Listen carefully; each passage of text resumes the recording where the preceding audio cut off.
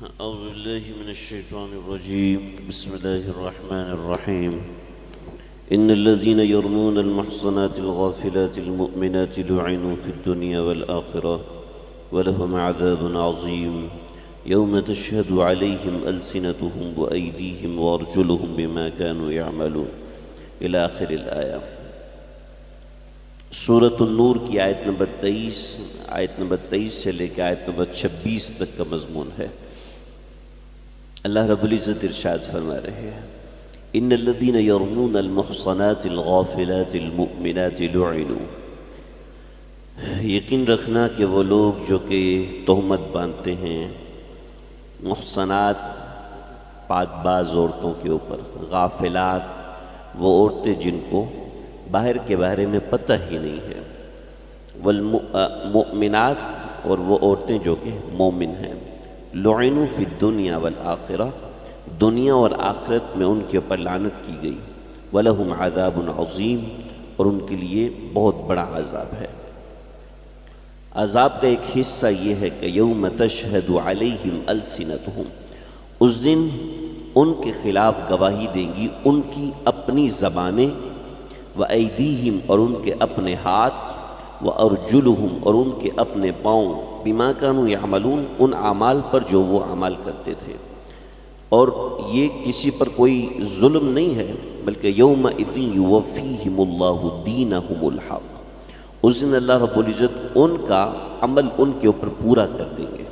وَيَعْلَمُونَ أَنَّ اللَّهَ هُوَ الْحَقُّ الْمُبِينُ، وہ یہ بات جان لیں گے کہ بے شک اللہ تعالیٰ حق بات واضح کرنے والے ہیں. چنانچہ اصول سمجھ لو، الخبیثات للخبیثین، گندی عورتیں گندے مردوں کے لیے، والخبیثون للخبیثات اور گندے مرد گندی عورتوں کے لیے، والطیبات للطیبین اور پاکیزہ عورتیں للطیبین پاکیزہ مردوں کے لیے ہیں، والطیبون للطیبات اور پاکیزہ مرد پاکیزہ عورتوں کے لیے ہیں. اولئک مبرؤون مما یقولون اور ایسے پاکیزہ لوگ مبرہ ہیں، پاک صاف ہیں ان سب باتوں سے جن کے اوپر یہ باتیں کر رہے ہیں. لہم مغفرۃ ورزق کریم، ان کے لیے مغفرت بھی ہے اور کرامت والا رزق بھی ہے، برکت والا رزق بھی ہے. یہ وہ آخری آیات ہیں جو سیدنا عائشہ صدیقہ رضی اللہ عنہ کی پاک دامنی کو صاف لفظوں میں بیان فرما رہی ہیں. ان الذین یرمون المحصنات، ساری بات پیچھے گزر چکی ہے، بس یہاں سمجھ لیں. حدیث میں آتا ہے کہ جس نے کسی پاک دامن عورت کے اوپر تہمت لگائی،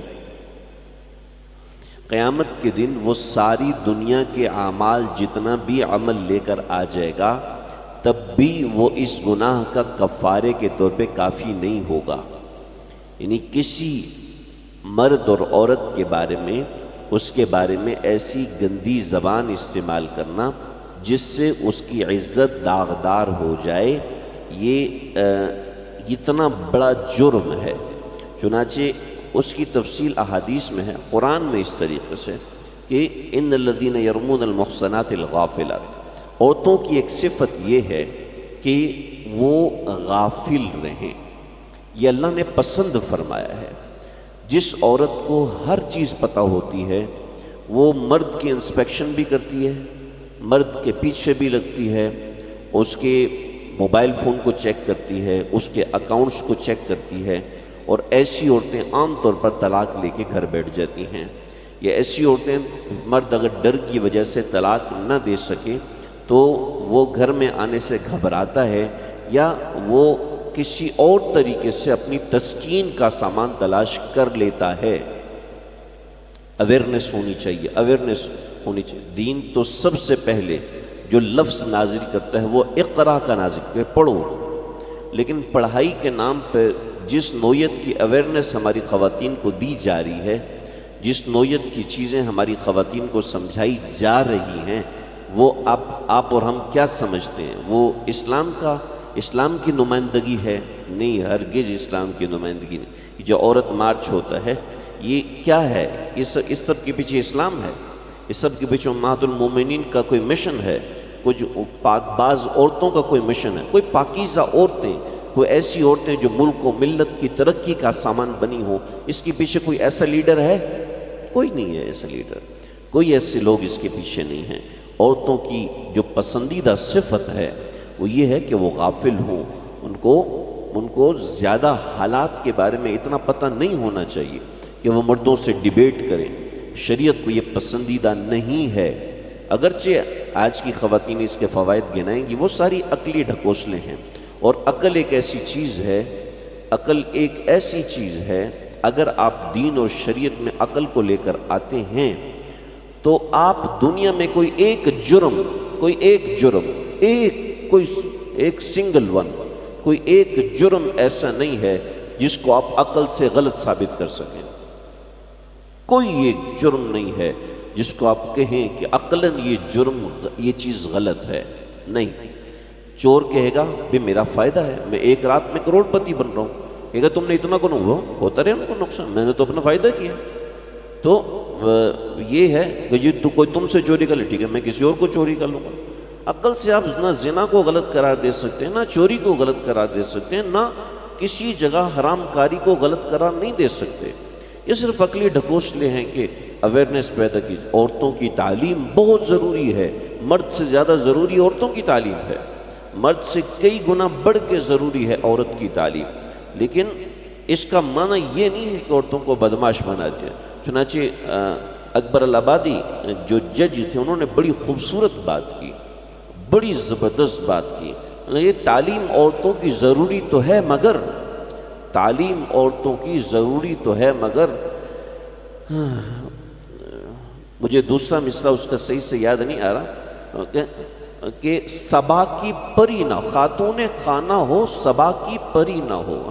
تعلیم عورتوں کی ضروری تو ہے مگر خاتون خانہ ہو صبا کی پری نہ ہو، یعنی ہواؤں کی پری نہ بن کے نکلے، بلکہ وہ خاتون خانہ یعنی عورتوں بچوں کی اپنے بچوں کی تربیت کے لیے ایک عورت کا تعلیم یافتہ وجود بہت بڑا ضروری ہے۔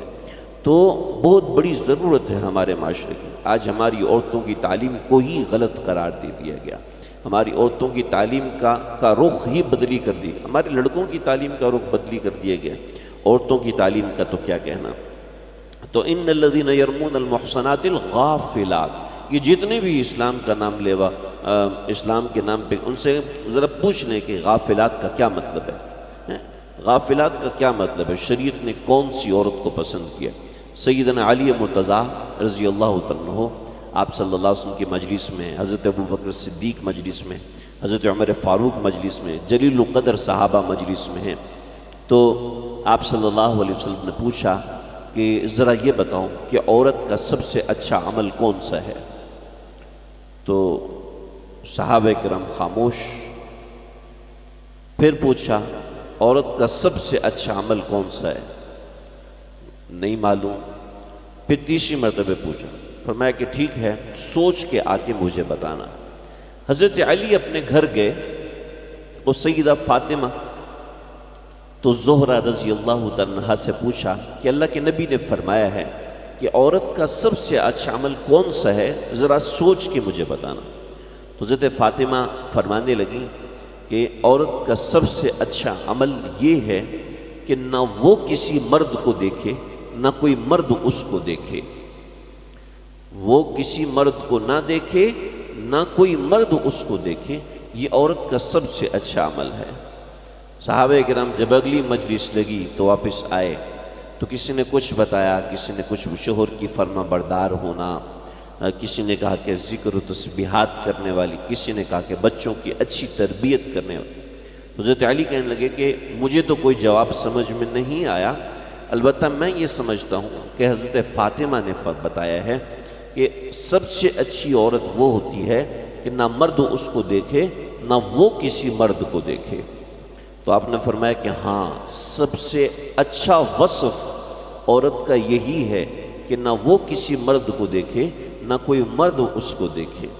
تو دیکھیں جی ہماری تعلیم کا رخ ہی غلط ہے، چنانچہ یہ سمجھانا ہی ممکن نہیں رہ جاتا کہ عورت مرد کے شانہ بشانہ ہو کے کیوں نہ چلے۔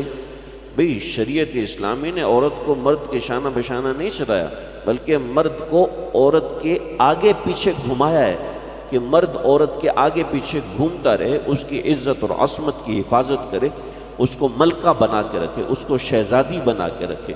عورت اور مرد کو شانہ بشانہ چلانے کا یہ معنی ہے کہ ایک آفس ہے، اس میں سارے باس ہیں، ایک آفس ہے جس میں سارے باس ہیں، ایک اسکول ہے جس میں سارے ٹیچر ہیں، ایک کالج جس میں ساری پروفیسر ہیں، اسٹوڈنٹ ہے ہی نہیں۔ ایسا کیسے ہو سکتا ہے؟ عورت مرد کی شانہ، یعنی ایک آگے ہوتا ہے، دوسرا پیچھے ہوتا ہے۔ ایک ٹرین ہے جس میں ساری انجن ہے اور ایک ٹرین ہے جس میں ساری ڈبے ہیں، کیا ہوگا جی؟ کچھ بھی نہیں ہو سکتا۔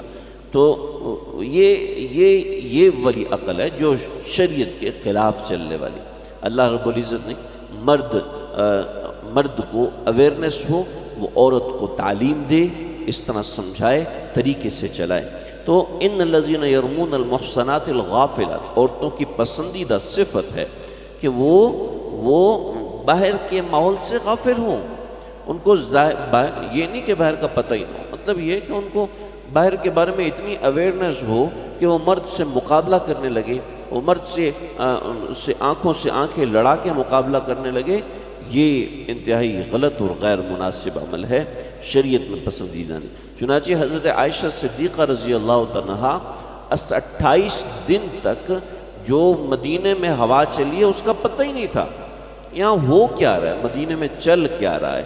تو یہاں تو فخر محسوس کیا جاتا ہے کہ یہ اداکارہ ہے اور یہ فنکار ہے اور یہ اس کے اتنے فینز ہیں اور اس کے اتنے فالوورز ہیں اور اتنے اس کی تصویروں کے عاشق ہیں اور اتنے یہ ہیں وہ ہیں فلانا ڈھماکا، اس کو فخر سمجھا جاتا ہے، حالانکہ شریعت کی نظر میں انتہائی شرمناک اور انتہائی بے شرمی والی بات ہے۔ یہ تو ہماری جنریشن اس کو سمجھ رہی ہے، آپ ذرا آج سے 30-40 سال پیچھے کی جنریشن میں چلے جائیں، ان سے پوچھیں کہ ان عورتوں کو کیا کہا جاتا تھا۔ وہ لفظ مسجد میں نہیں کہا جا سکتا جو ایسی لوگوں کو کہا جاتا تھا، کیونکہ ان کو پتہ ہے کہ ہماری بچیوں کو ہم نے ایسے بنانا، آگے کی جنریشن کو ہم نے اس پہ چلانا، ان کو ہم نے نہ ڈاکٹر بنانا ہے، نہ انجینئر بنانا ہے، نہ ہم نے ان کو سائنسدان بنانا ہے، نہ ہم نے ان کو پڑھا لکھا بنانا ہے، بس ہم نے ان کو یا تو کرکٹر بنانا ہے یا اداکارہ بنانا ہے یا بس کسی گانے کی دھن کے اوپر ناچنے والا بنانا ہے۔ اللہ حفاظت فرمائے۔ تو ان الذین یرمون المحصنات الغافلات المؤمنات لعنوا فی الدنیا والآخرہ، ان کو اللہ تعالیٰ کی لعنت ہے، یعنی ان کو دنیا اور آخرت کے اندر اللہ کی رحمت سے دور کر دیا گیا ہے۔ لہم عذاب عظیم، ان کے لیے دردناک عذاب ہے۔ عذاب کی قسمیں کیا ہیں وہ آگے انشاءاللہ میں ذکر کروں گا۔ اللہ سمجھنے کے عمل کرنے کی توفیق عطا فرمائے۔